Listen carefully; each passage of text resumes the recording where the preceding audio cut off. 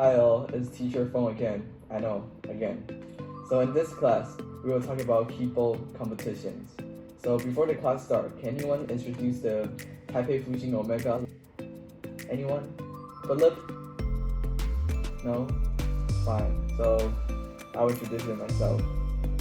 So Taipei Fujin Robotics Omega includes two 11th graders and two 10th graders, which are Ryder, Evelyn, Philip, and Casper. So their motto is, nothing could stop us from reaching our goal. And all of the 4 students are from Taipei Fujin Private School, and at the same time, they are all in the robotics team Savage 2 months, and have experience in participating in the USFRC robotic competition for 3 consecutive years. So the main programmers in the team are the 2 11th graders who have already completed AP Computer Science before. Because of this, the team have already familiar with Java and object-oriented programming language. This also makes the competition less difficult for them. On the other hand, the 10th graders mainly in charge of other things such as SketchUp to simulate the 3D space for finding out the best route for Astropy. They also had taken the online classes from Duke and Vanderbilt University. During the presentation, they test out 4 to 5 different libraries and have successfully improved the efficiency of program execution. They also said that from this competition, they learned a lot of new skills and knowledge about Java and Android Studio. This is a significant learning experience and they will never forget it. These are some few pictures of the team members. So before we move on to the next part, do anyone want to volunteer and talk about the background information about this competition? Sam? Okay, let's start. As space technology around the world becomes more advanced, Taiwan also integrates in space work on the basic side. With Japan Aerospace Space Exploration Agency, JAXA, and NASA jointly organized the KIBO Robotics Programming Challenge.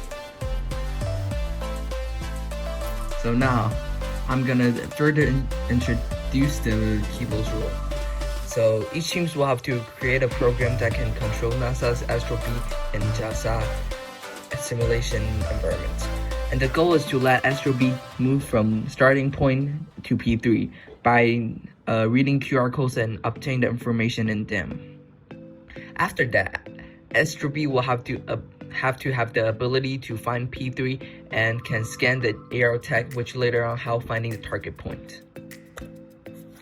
So in this graph, you can see that this is the starting point and P1, P2, P2, and P3.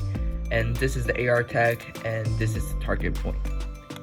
And the next graph, you can see that this is the information that you will have by reading by scanning the QR codes, and this is the AR tag and this is the target point. So later on, they will use an image processing algorithm to illuminate the center of the target point with Astrobee's laser pointer. So the time limit for the competition is 10 minutes for one run. If the program does not complete the mission within 10 minutes, the action after 10 minutes will not be reflected in the score. So you can see this is the Astropy and this is the airlock and laser. So can anyone introduce about the Astropy? Philip. Oh, why me? So, Astro-B, NASA's new free-flying robotic system, helps astronauts reduce time they spend on routine duties, leaving them to focus more on the things that only humans can do. With Astro-B's help, work on the space station will be more efficient and easy.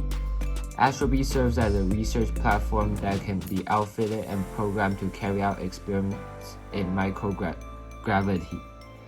The invention of Astro-B also helped us learn more about how robotics can benefit astronauts in space. The Astro-B system contains of 3 cube-shaped robots, software, and a docking station used for recharging. The robots use electric fans as a propulsion system that allows them to fly freely through the microgravity environment of the station.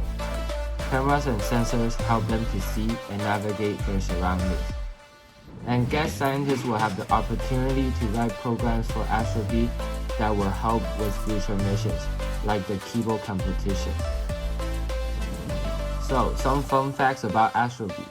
Each robot also carries a Pershing arm that allows it to grab station handrails in order to conserve energy or to assist astronauts. And there are 3 robots on the space station right now. The 3 robots are named Honey, Queen, and Bumble.